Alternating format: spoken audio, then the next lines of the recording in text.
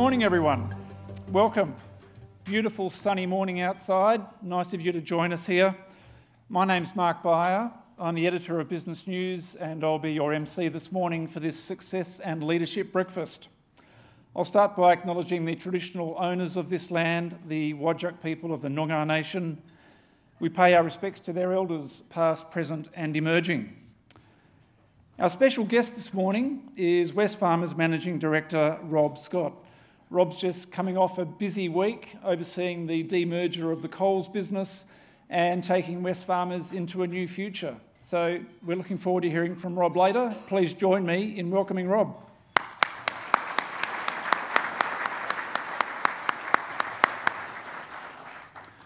I'd like to make special mention of the sponsors who make this event possible. Our Success and Leadership series host sponsor, the Commonwealth Bank of Australia, and our series sponsors, EY, Valrada, WA Super, McMahon, Breast Care Research WA, and a special mention of Maserati Australia and Barbagallo Maserati. You can see they've brought a couple of their newest cars into the room here this morning. On my right is the SUV. I'm not sure if it's really made for off-road. And on my left is the Ghibli Maserati. So make sure you come and have a look and see the latest models from Maserati. Once again, please join me in thanking our sponsors.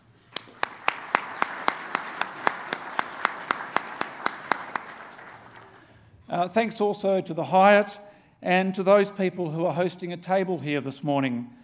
Corporate Traveller, Budget Rent-A-Car, Hopgood Gannon Lawyers, Mediatonic, Fuel Fix and the Perth Wildcats. I'd like to share a few highlights of what's been happening at Business News recently. We're currently seeking nominations for our annual 40 Under 40 Awards. We've been running these since 2002. Every year we find 40 high-achieving young people in business and the broader community here in Western Australia, and we recognise their achievements. If you're interested, or if you know someone who's achieved something special, not just in their career, but in their contribution to the broader community, we'd love to hear from you. Nominations close quite soon, Thursday the 29th of November. There's also going to be a People's Choice Award where you'll be able to vote on who you think is the most admirable candidate. We also have sponsorship packages available, so if you're interested, please talk to someone from Business News. Now, this breakfast is part of our Success and Leadership series. Other speakers we've had this year include the Premier, Mark McGowan, and Australia's most famous backbencher, Julie Bishop. And just last month, we hosted Cisco's Asia-Pacific leader, Mayuki Suzuki. So there's a great variety of presenters that we've had. They've all had wonderful stories, and I'm looking forward to another wonderful event this morning with Rob Scott. This year we're celebrating our 25th anniversary at Business News. Each of you will have a complimentary copy of our 25-year anniversary issue on your seat. That's yours to take away. So that edition looks back at the people, the events, the deals, the big trends that have defined Western Australian business over the past 25 years. I hope you enjoy having a read of it. And early next year, we've got our 25th anniversary lunch. It's going to be a special event here at the Hyatt, and we'd love for you to come and join us with a number of special guests and speakers at that event, and tickets are now on sale. Now, if you have a question for Rob Scott that you'd like to put to Rob later, you can do it online. You can log in to slido.com. It's a very simple little app, and you enter the event code FARMER and type in your question. And once you do that, you can also see any other questions that people have entered, and you can give a thumbs up if there's another question that you like and you're keen to see that put to Rob later this morning. So breakfast will be served shortly, and during breakfast we'll come around and collect business cards for the door prize, which has been kindly donated by the Hyatt, an overnight stay and buffet breakfast for two. In about a week, you'll also be invited to participate in a 2-minute feedback survey, and one participant in that survey will get a complimentary subscription to Business News or an upgrade. For now, please enjoy your breakfast and the good company. We'll be back around 8 a.m. and we'll be finished by 9 a.m. Thank you. I'd like to thank again our host sponsor, Commonwealth Bank, and all of our series sponsors. Today's event will be a Q&A format, and leading the discussion will be my colleague, Business News Chief Executive Mark Pownall. Mark brings 30 years commercial experience to his role, and please welcome Mark up to the stage.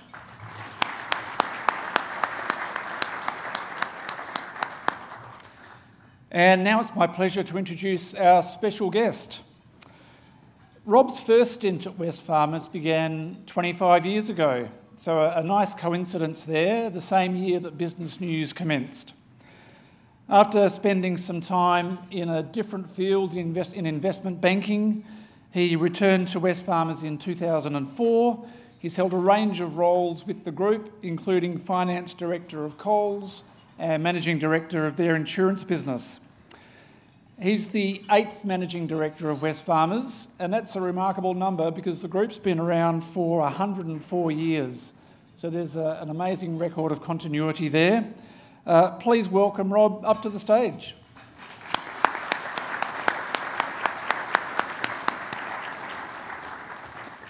And as he makes his way to the stage, don't forget you can log on to slido.com if you want to ask more questions.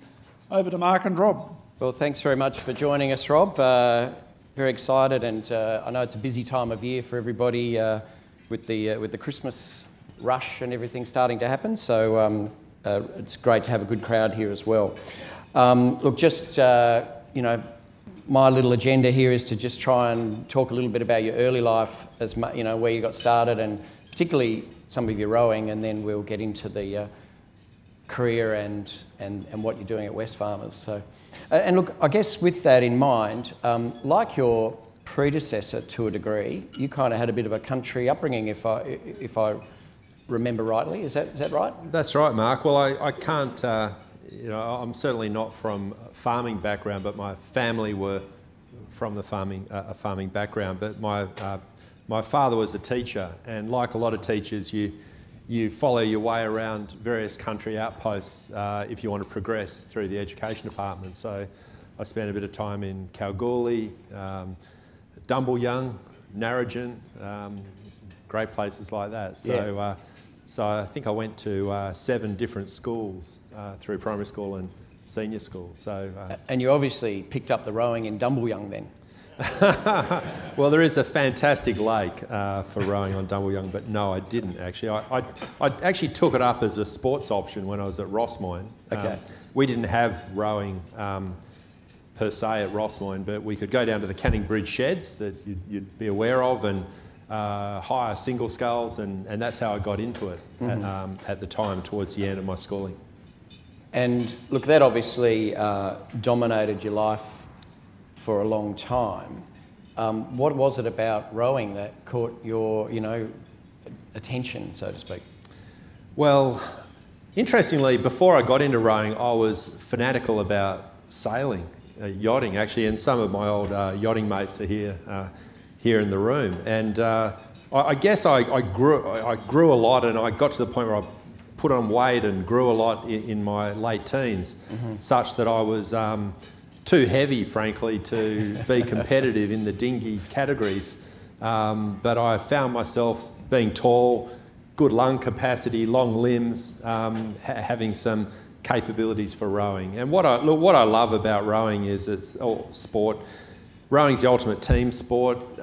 It is a quite addictive sport once you get into it. A good combination of technique and very intense physically. And there was a great bunch of people here in Western Australia, and like a lot of other sports like hockey or AFL, a lot of West Australians have gone on to do great things in the sport of rowing. So associating with people that had been to previous Olympic Games, it was very inspiring, and it was just a great thing to get involved in.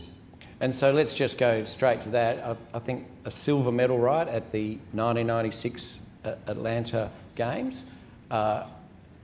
Tell us about what it took to get there, because I think most of us, there is something special about being an Olympian, and especially being a medalist. That takes a lot of work and effort.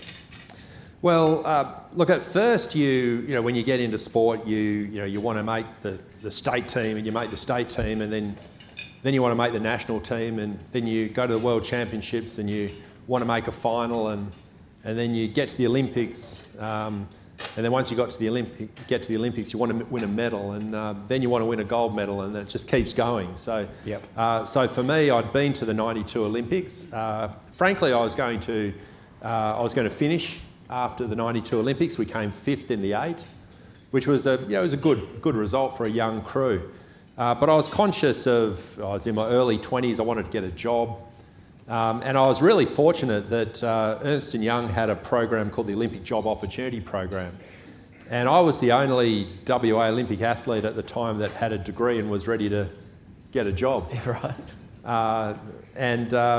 The head partner of Ernst & Young rang up one of their key audit clients, Wesfarmers, and said, "Oh, we've got this young guy that really wants to keep rowing and has done a finance degree. Will you interview him?" So that's when I had my first interview for a job back in 1992 with Mike Chaney.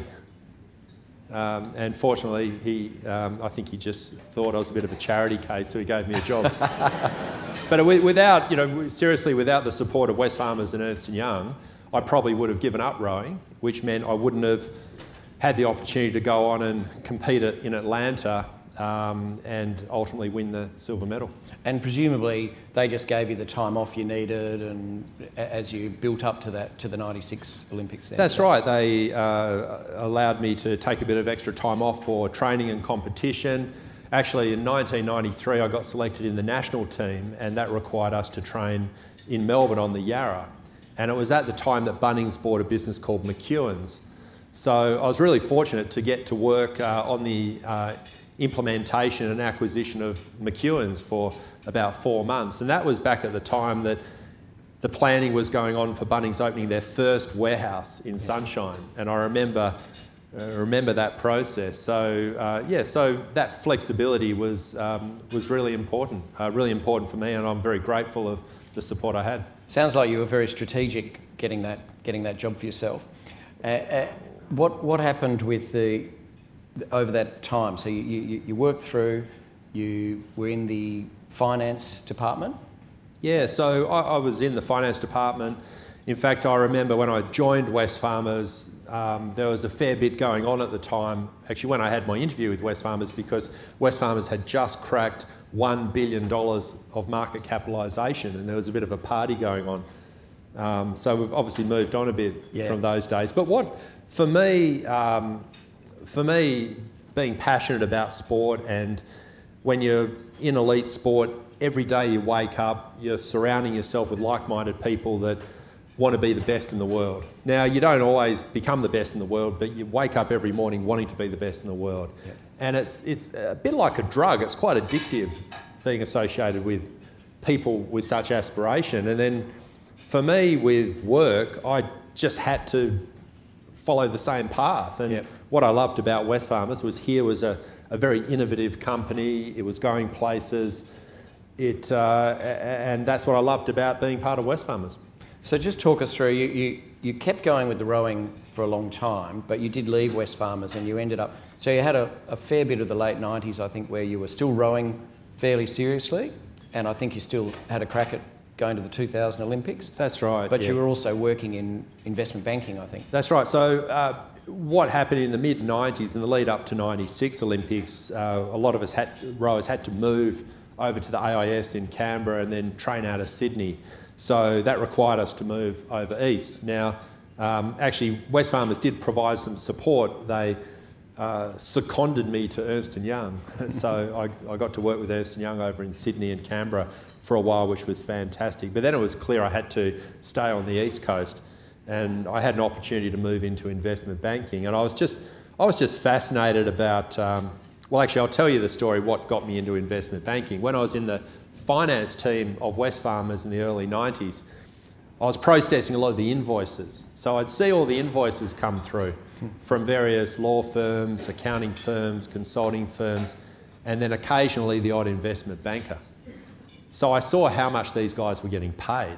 I thought, righto, I wouldn't mind a bit of that. So, no, that's just a joke. But what I found, I was fascinated in capital markets, in the workings of markets, and look, I think like a lot of people, young people growing up in Perth, you want to find an opportunity where you can travel, experience different parts of the world, and for me, that was what was fantastic about investment banking. Living and working in Hong Kong and Asia for a while, exposed to a lot of companies around the world. That was fantastic. And that got us through to the 96 Olympics. And then I did dabble in it a bit, but I must admit it got to the point in the late 90s where what was enthusing me about getting out of bed in the morning was actually more going to work than getting in the boat. Right. And I think when that happens, that tells you that it's time to move on. Definitely. And that experience in investment banking, what sort of, do you remember any of the key things that you're involved in there? Well, I think there were some real positives and also a lot of learnings about culture and ways of working. So I think the positives were you're working with really smart, passionate people. You're engaging with people from all over the world if you're involved in international transactions. So you're on a really steep learning curve, working with really smart, passionate people. I guess on the other hand, though, I didn't necessarily feel an alignment with the culture of investment banking, which can be notoriously difficult and complex. And very diplomatic words there, Rob. and I guess at the end of the day, a lot of, without any disrespect to investment bankers, they're facilitating transactions. They're not actually creating anything. And for me, where I found my passion was in building things, in creating things, and in working with teams that are trying to build and create something. Yeah. So that's ultimately what led me back to Wesfarmers. I was in Hong Kong. We just had our first child back in 2004. And actually I wrote Mike Chaney a letter to say, Mike, remember me, can I have my job back? And he introduced me to Richard, and I remember Richard because Richard started at Wesfarmers at roughly the same time and was fortunate enough to get a job back at Wesfarmers. And in doing that, was that because you wanted to come back to Perth and that was sort of the best or the only option? Or what was your thinking there? Well, to be honest, coming back to Perth was a bit of a challenge because I married a Sydney girl from the Shire in Sydney, and if you think people in Perth are parochial, you should meet people from the Shire in south of Sydney. So in some ways, we had stronger family connections in Sydney, but it was really the unique opportunity that Wesfarmers provided. And Wesfarmers, I do believe, is quite a unique company. And having the opportunity to come back and work in Wesfarmers and live in Perth, which is just one of the best places in the world to live, was just the best of both worlds. Appreciate that. And look, just one last little question about the investment banking. Is there anything, I mean, Wesfarmers does a lot of deals at every level. Is the investment banking experience, does it sort of give you any sort of edge there, knowing what the people who are brokering some of those deals are thinking and acting?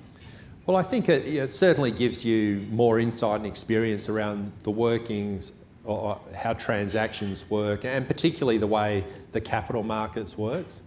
But I think in some ways it actually makes you more aware of what to watch out for. There is a certain amount of groupthink that happens within capital markets. So you have to be careful that you don't become a victim to the capital markets. Often the job of a CEO and leadership teams is to march to the beat of your own drum and not get sucked into a lot of the groupthink and short-termism that you often see in capital markets. So perhaps having worked in that sector, I'm more attuned to some of the nuances and go in with my eyes wide open on things. And look, at Wesfarmers, you've had a series of leadership roles, and I can't recall what your first one was, but you was maybe something with Bunnings, I think, was it? Yeah, no, well I actually it was more in business development, in the corporate development team, working there. And then I had the opportunity to go and work with Bob Buckley, who was the MD of our insurance division.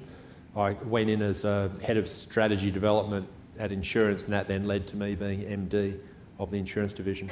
So I guess which of those roles was most challenging, and what did you learn the most from, or who did you learn the most from?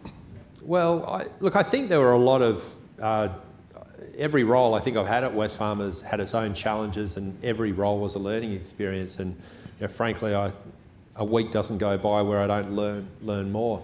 I did find the insurance opportunity, or the insurance role, fascinating. The insurance industry is a very complex industry.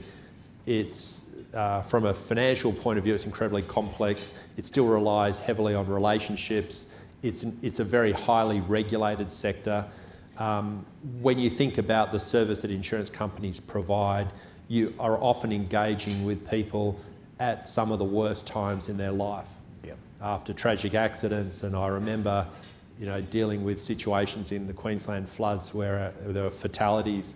So it can be a very raw and real experience.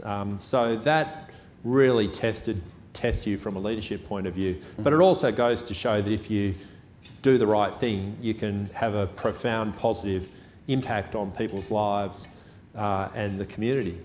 So that for me was a very, very challenging but rewarding experience. And the appointment process to become the Managing Director of Wesfarmers, I presume you don't just get tapped on the shoulder and say, Rob, you're up next. How does it go? Can you tell me? Well, it's not as formulaic and as process-driven as you might think.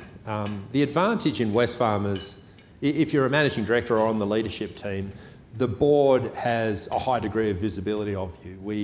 We're always in front of the board. The board often spends time out in our divisions, so there's no shortage of opportunities to engage. And I guess part of our culture in Wesfarmers is we try and be non-political. You're judged by what you achieve, not how loud you talk. So at the end of the day, I think the board has a lot of exposure to management, and that enabled them to make the decisions. So, frankly, it was a bit of being tapped on the shoulder. I was really fortunate to have that opportunity. And presumably that tap on the shoulder is, Rob, this is a possibility. Would you actually like to do it? Is that kind of, or do you signal that you're interested, or when did you think you might be interested?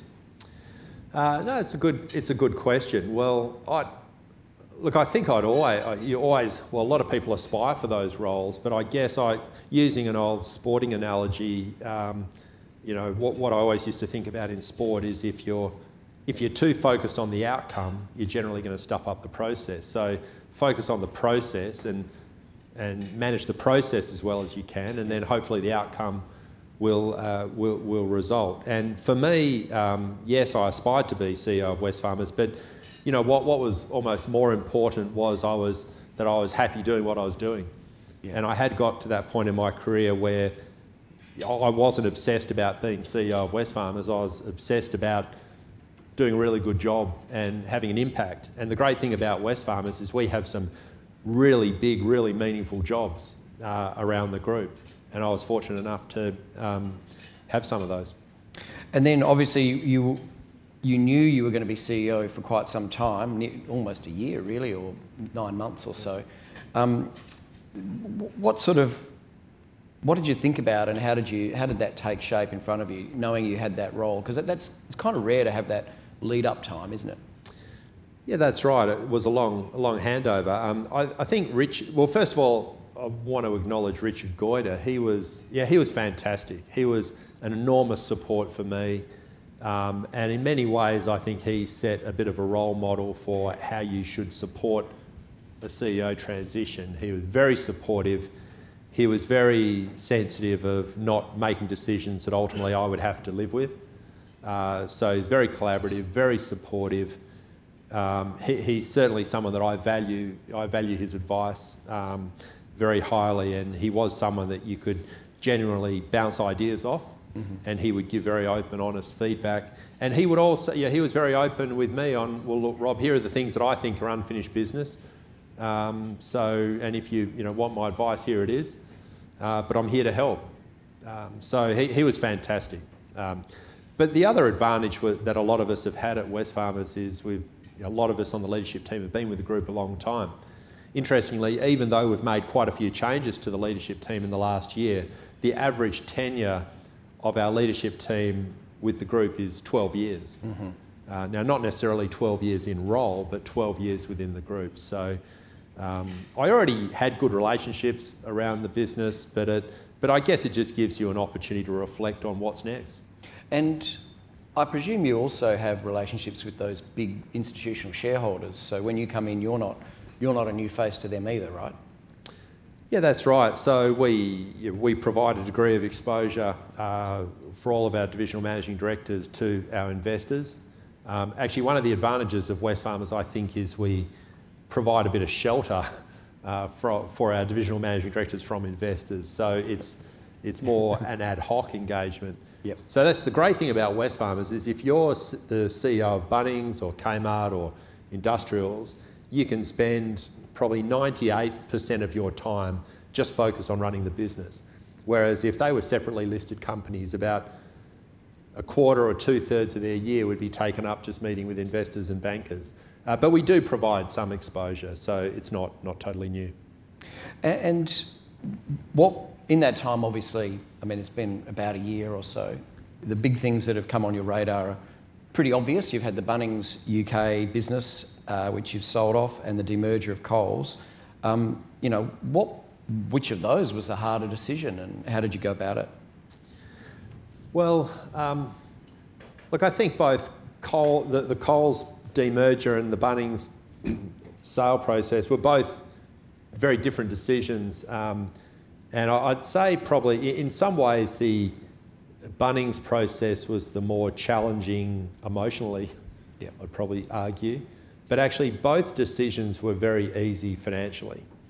So what I tried to do moving into the role was, it can be pretty daunting running a business with 220,000 team members, 70 billion of revenue, 500,000 shareholders. It's clearly a big business. But so then when you think about, well, what are we going to do? Well, what are you going to do? Well, to try and keep it really simple, bring it back to, well, what is our core purpose as a business? And our core objective at Wesfarmers is to deliver a satisfactory return to shareholders. Now, how do we define that? We define satisfactory in true understated farming ways as superior returns to market over the long term.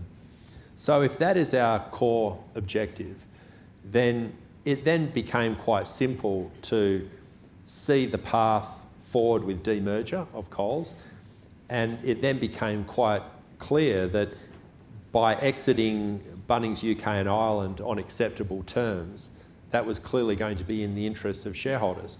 So being able to exit the business and exit 2 billion of lease obligations, hundreds of millions of capital expenditure and hundreds of millions of operating losses, not to mention the ongoing management distraction and reputational issues. Yep. By exiting that business, it was financially an incredibly easy decision. It was just emotionally quite a tough one. Yep. Because it had been the big next thing. Well, I think I think everyone in Wesfarmers and Bunnings in particular really wanted it to be successful. But often some of the best investment decisions you make are either not investing or knowing when to cut your losses. Yep.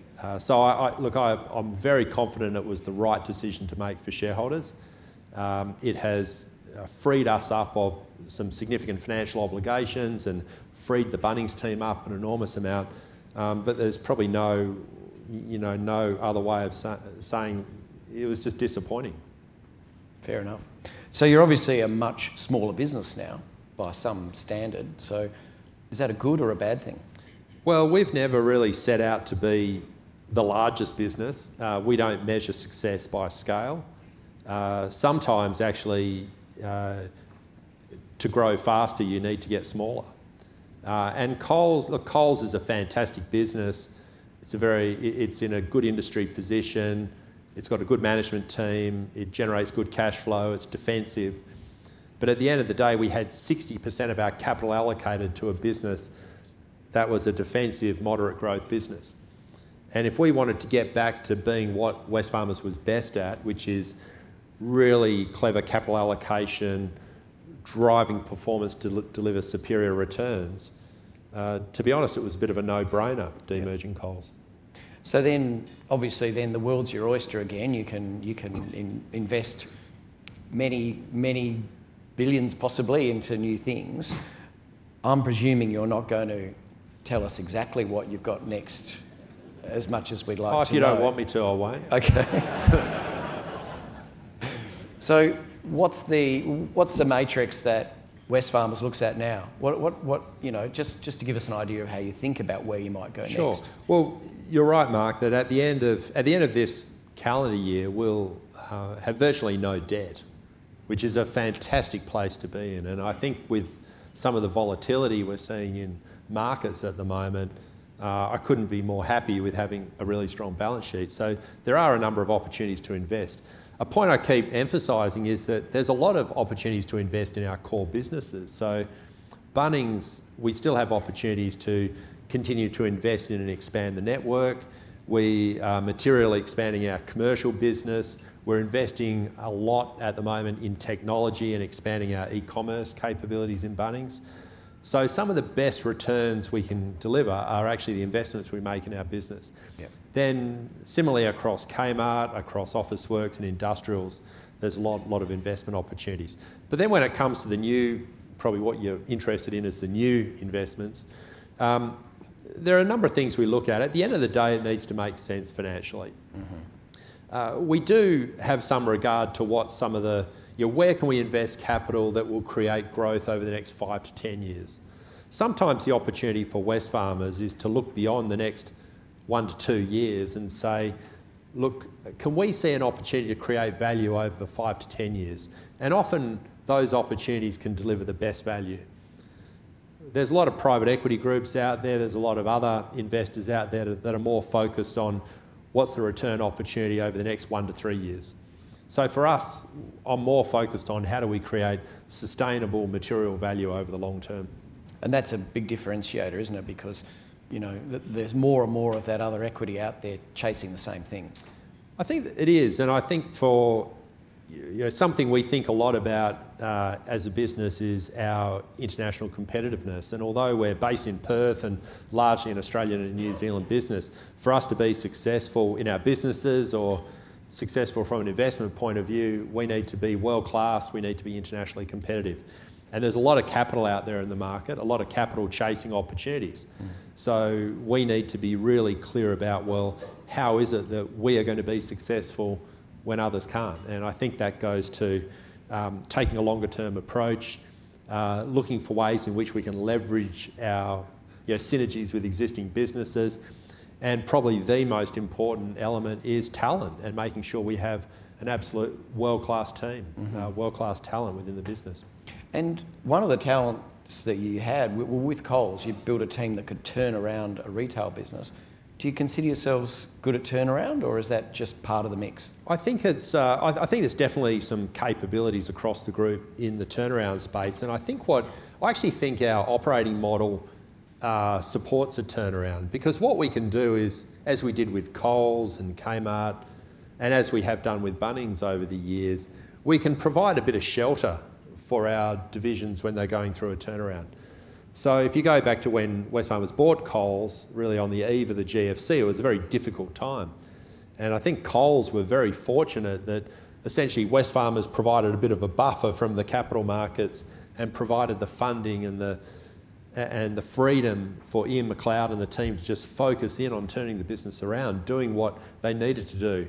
And it wasn't a 1 year turnaround, it was a 5 year turnaround. So providing our divisions with that freedom freedom and headspace to focus, I think is a really powerful part of our operating model.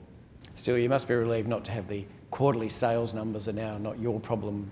Well, only 15% your problem. Well, that's right. No, very, very pleased to not have to worry about that.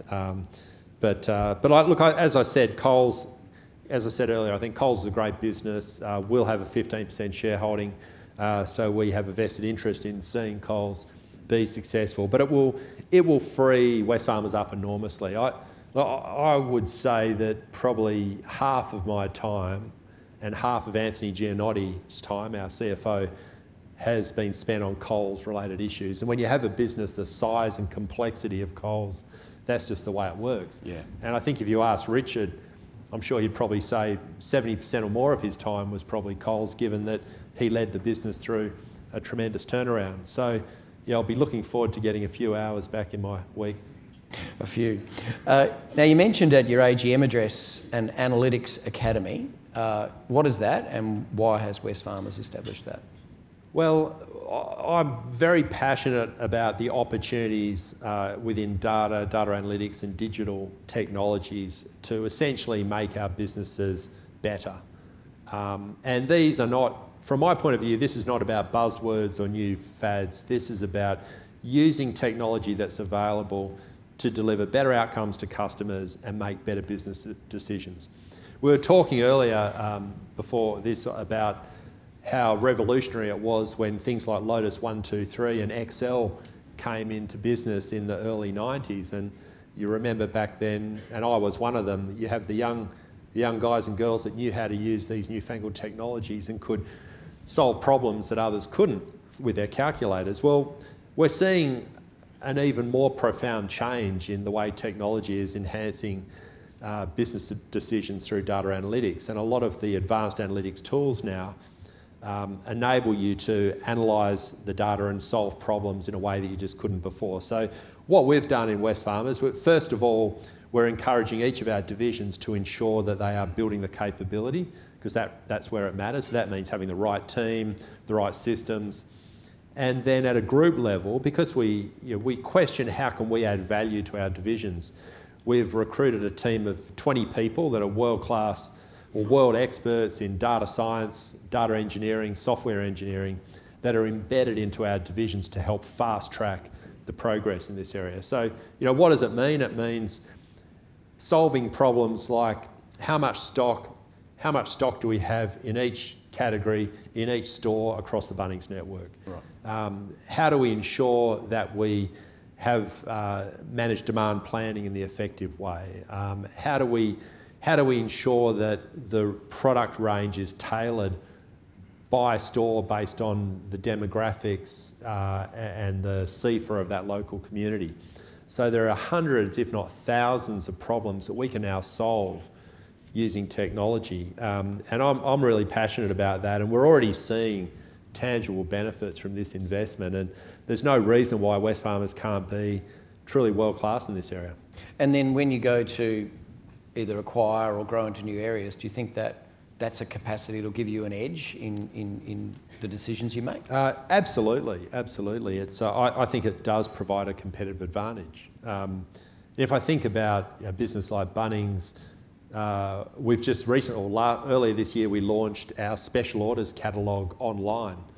Now, as you know, we pack a lot into a Bunnings warehouse, but we're running out of room on how much stuff we can put in the warehouse. And we don't want to just keep making them bigger and bigger, but through e-commerce and digital, we're able to materially expand our range to provide our customers with even more choice, an even wider range at great prices. And a lot of customers are happy to buy online and pick up in store.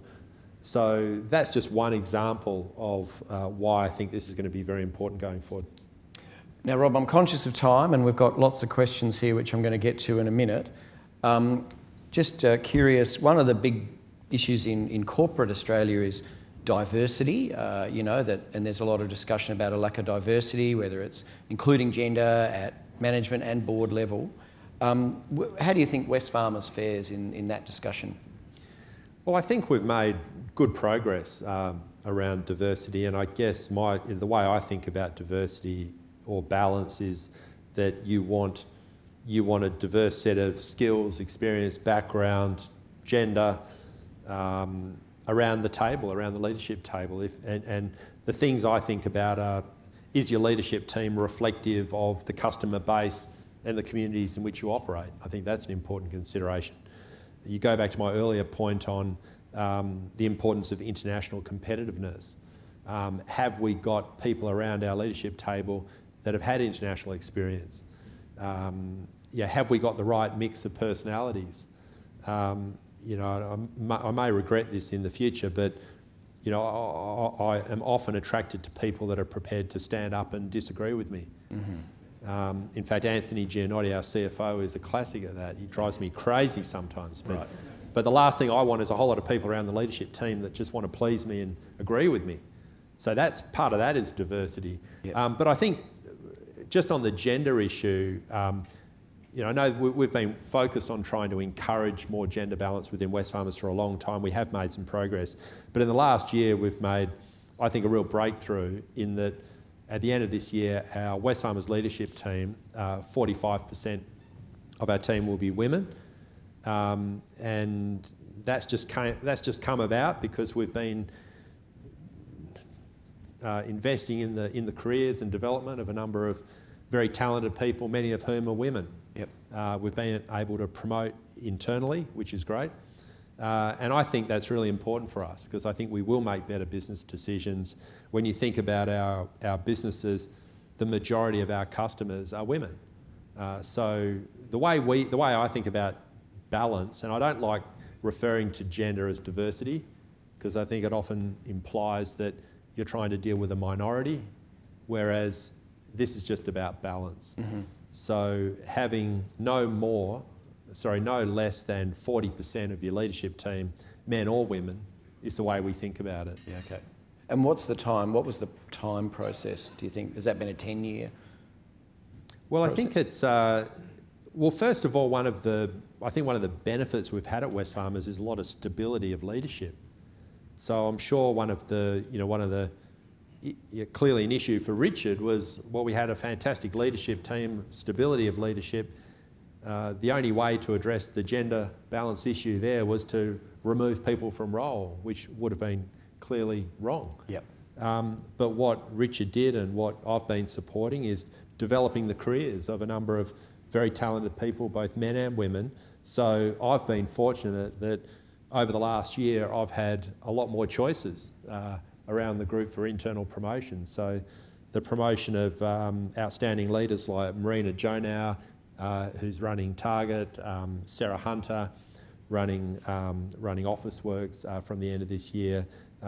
Sarah, Marina and others have been part of the group for a while. Well, thanks, Rob. So I think we'll try and take some questions here from Slido. And I'm going to look on this left-hand side here and say, you've been heard to say... So these are sort of voted on, Rob, so I'm I get less choice than I like to have here. You've been heard to say you want to move away from short-term, let's just hit our budget this 12 months approach. So how do you hit that, especially in the listed company environment? How do you do that? Yeah, it's a good question. Look, I think you start with incentives. Incentives, and I think as we've all seen from the Royal Commission process, incentives drive behaviour. People will generally be quite rational, and if you set an incentive for them, they will behave in the way that that incentive promotes. So something that we've done within Wesfarmers, we've taken, I think, a leadership role around remuneration such that if you think about next financial year, Anthony Gianotti and I will not receive any short-term cash bonus. So we'll be paid a salary, and we're all paid very well, so we're not complaining about this. Paid a salary, and then we have long-term share grants, which vest up to from 4 to 6 years. So I think that's a good start. And each of our divisional managing directors, their cash incentive is limited to 40% of their salary. So I think by moving away from such large annual cash incentives, that helps drive the right behaviour. And having a high weighting of your remuneration towards shares that vest over the long term creates a really good alignment. So I think that's part of it. And then also making sure that within look, budgets are important, everyone's accountable for hitting a budget, but making sure that you do have a real balance of KPIs. So it's not all about short-term financial targets. Sometimes some of the proxy advisors criticise companies for having these so-called soft targets that are non-financial. I don't necessarily see criteria that are to do with safety or unplanned absenteeism or gender balance or certain strategic initiatives as being soft targets. Now, it says here, with such a large change over the last 12 months, how do you prepare your teams for a culture of change? I mean, that's a fair question. Well, Wesfarmers is always, over the last 104 years of Wesfarmers' life, Wesfarmers has always changed. And if you look back every 10 years, the group has looked very different. So I think in some ways, within our DNA, we are a group that does embrace change. And I think it's quite remarkable what we've been able to achieve as a group in the last 12 months, and it simply couldn't have been achieved without the phenomenal corporate office team we have here in Perth and leaders across our group that are supportive of change. So it was amazing the way people stepped up. But I think you also need to explain why you're doing it. And I feel so fortunate to lead a team based here in Perth with an exceptional corporate office that has been prepared to roll their sleeves up and drive this change. I still remember one of the proudest days was the day we announced the demerger, and we'd been doing all that work in secret behind the scenes. And I got into the office at just after 4 in the morning for the announcement, and the office was packed. People that had come in to be there for the day, that had been working really hard to make it happen. So anyway, that's I think being clear about what you're trying to achieve, what the vision is, and then giving people the opportunity to be a part of it is very important. Just an adjunct question to that. You've got a business where people work there for a long time and they move around the different areas and they get all this experience. Is it like, what happens with the musical chairs where there's a demerger like that or another sell-off? Those people kind of they leave the mothership. Is that, how does that work from the group? Is that sort of a loss to lose them, or it's just how it goes every now and then? Well, I think what we do in Wesfarmers is because of the whole concept of divisional autonomy, a lot of our divisional teams, there's a very high degree of pride and alignment around what our divisions do. So although I'd like to think we're all proud of being part of Wesfarmers, if you go and talk to the team at Coles or the team at Kmart or CSBP out at Kwinana, they are passionate and engaged about what they do in their business day to day. Right. So I think with the demerger of Coles, it was interesting catching up with the team the other day for a bit of a celebration post demerger. There's a sense of excitement for what is ahead of Coles as Coles forges their own independent path, but also, I guess, a sense of sadness about, we're breaking this relationship, albeit we still have 15%. And there's a good segue. So what milestones do you celebrate with your team? What are the reasons and how do you do it? Well, actually, we've got a lot of celebrations this month with demerger and a few sale processes getting over the line. So I think it is really important to celebrate the milestones. And it really is a lot of what we've achieved this year, the various sale processes, demerger. We've had hundreds of people working on it within the business and outside, and advisors as well. So I think the demerger of Coles is something worthy of celebration. We've got a Christmas party in a couple of weeks' time I'm really looking forward to. I think our corporate teams do a pretty good job of celebrating.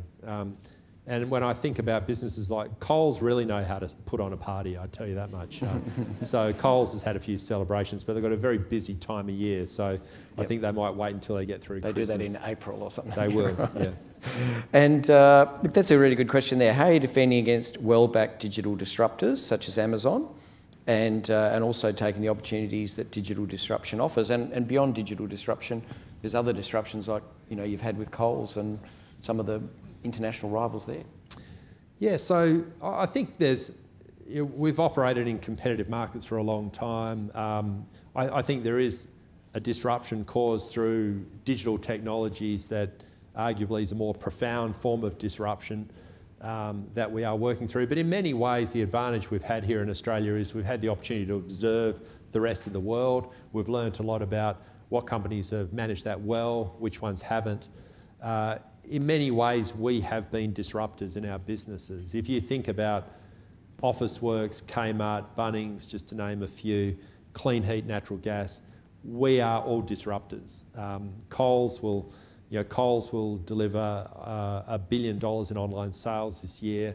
Officeworks is a leader in digital, and there's a lot more to do. So I think we're fairly well positioned, but you can never be complacent. No, absolutely. Question there. What is one product you love? Why do you love it? And what's the one thing you'd change about it? Sounds like a good question. One product I love.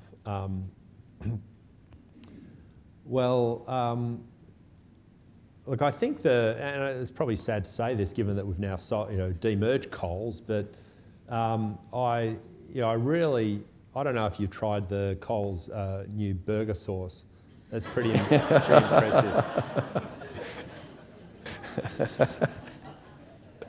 And they keep moving around. What are we doing there? I'm just going to jump to what is your view of Australian economy? Yeah, good. Okay, let's take a broader question here. In the wake of the RCR collapse and just generally the policy settings as well. I mean, how do you think business? You're better placed than almost anybody to see how is the economy going and where are we heading? Well, I think overall, we love complaining about things, but really Australia is in pretty good shape in relative terms when you look around the world. Things aren't too bad, and I think it's important we remind ourselves of that. Our healthcare system, our education system is pretty good by international standards. It can still improve. Unemployment is relatively low. Things aren't too bad.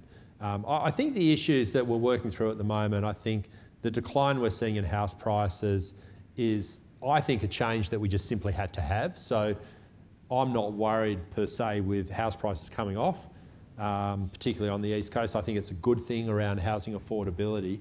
But what is important is that this is managed in a sensible, measured way. And what matters there is government policies that influence housing, immigration, not just turning off the taps on immigration. That could have some very negative impacts on house prices and the economy generally. And banking, and ensuring that we don't clamp down so hard on the banks that they stop providing credit. Yeah. So I think these are things we need to watch. So overall, I'm an optimist for the future. But I think what we need is some of the policy issues that are important are making sure we manage this transition we're going through in the banking system so that we don't lead to unintended consequences, encouraging infrastructure investment to support population growth. That is critical, and making sure we continue to invest in our education system. They're very important things. Now, I'm conscious of time, Rob, and I think I can just sneak one more in because it really wouldn't be a Wesfarmers interview if I didn't get a chance to ask about the position on shopping trading hours and retail restrictions in WA. So if you give me a brief thought on that. Sure. So, look, as I've been quoted recently, I just think it's so remarkable that we have a regulatory system around trading hours that is more aligned with the 1960s and 70s than today. A lot of the regulations that were put in place before e-commerce was even possible. The only people that suffer from the very restrictive nature of trading are customers and employees. And I can tell you for certain that there are less jobs, less hours of work that will be available this Christmas in Perth by virtue of the restriction in trading hours.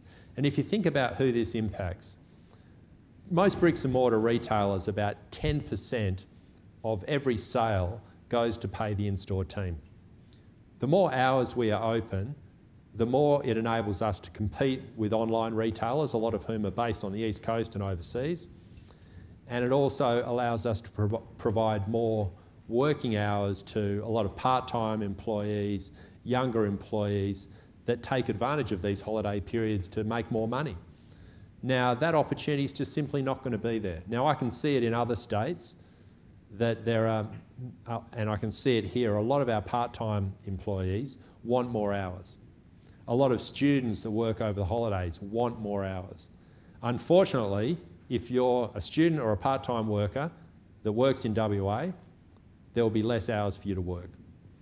And if you're sitting there on a Sunday morning and you've got a really busy day, driving the kids around, working a whole lot of things, you'll be more tempted to get online and buy that product that you want to buy from an e-commerce provider that is going to create a job on the East Coast or overseas. So these are some of the frustrations, and I just think it's just so disappointing that the key people that suffer are workers in WA and customers in WA. Thanks, Rob. Well, that's fantastic, and I really appreciate that commentary, and I can tell you from Business News perspective, I totally agree with you. Look, it's time for a vote of thanks, so I'm going to ask Paul Owen here from WA Super to give the vote of thanks. Thanks, Paul.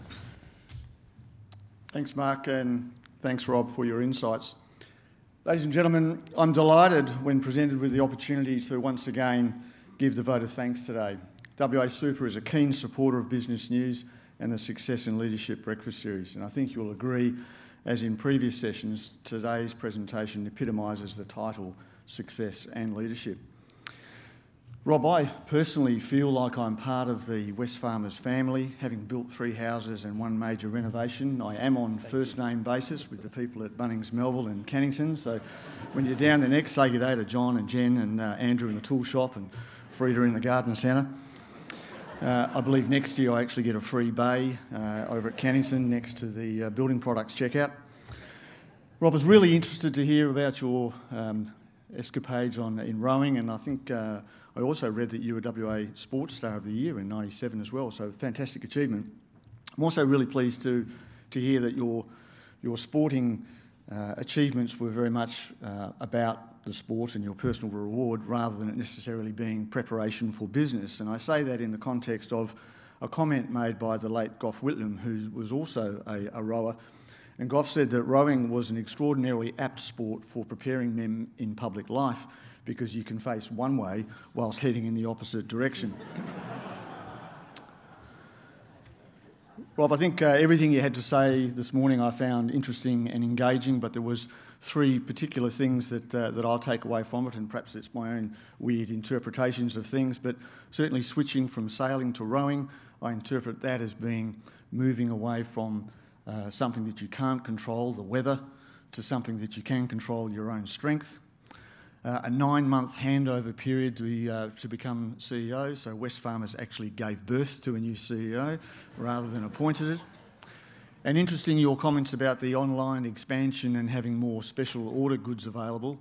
Well, they need to be stored somewhere, so are we going to see a Bunnings warehouse? And finally, wake up in the morning wanting to be the best person in the world. That is sensational.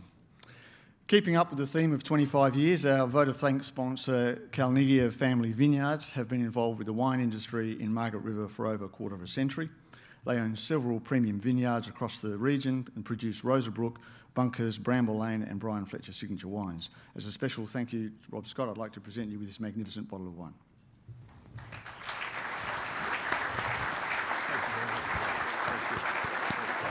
Okay, thanks again to Paul and to Rob and Mark. Very enjoyable.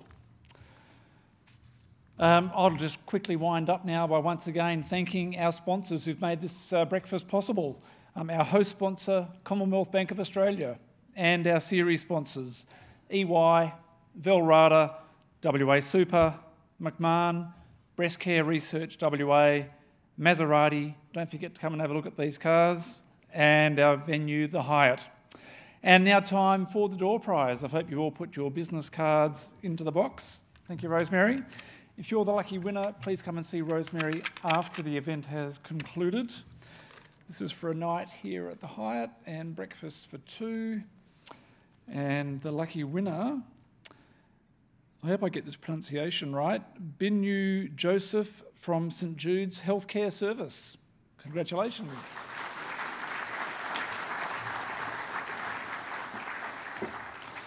So that concludes our event this morning. It also concludes our Success and Leadership series for the year.